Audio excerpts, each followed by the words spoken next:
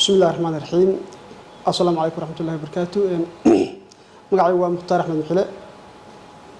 وحن كمل هاي شركة الشافعي أو الذين وحن ربا هالك إن قم هاد عليو شركة اللي هاد عندور ورنتي مدهدا أو البلاد اللي شغالين السي يقولنا شغالين السي حق نظافة أو شغادة نمبر 1 shirkadaas waxaan leenahay aad iyo aad baad mahadsantiin dhammaantiinba ilaa qofka hooseeya ilaa ka u sarreeya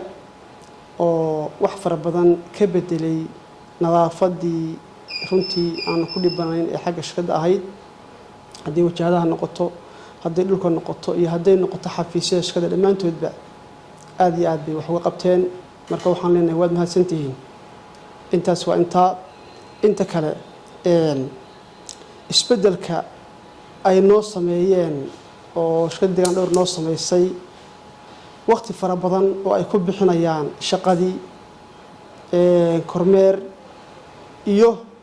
mar kasta ay maatay sameynayaan in madaxda ku timaado oo ku weydiiyaan waxyaalaha ka maqan marka shaqaalaha shaqeynaya iyo waxay u baahan yihiin marka waxaan leenahay waa baahi jirtay oo aynu hadda helnay baan leenahay taas ta kale waxaan ugu baaqayaa bulshada dhammaantoodba in shirkadda deegaan dhowr laga wada faa'iideysto loogana faa'iideysto shaqada ay qabanayaan ee deegaanka u hayaan iyo dhammaan goboladaba nadaafaduna waa shay ugu muhiimsan ee ugu horeeya wax kasta oo la qabanayo markaad subaxii soo kacdo waa shayga koowaad ee aad u baahan tahay inaad qabsato marka waxaan leenahay bulshada dhammaanba shirkadda deegaan dhowr ha la ogaado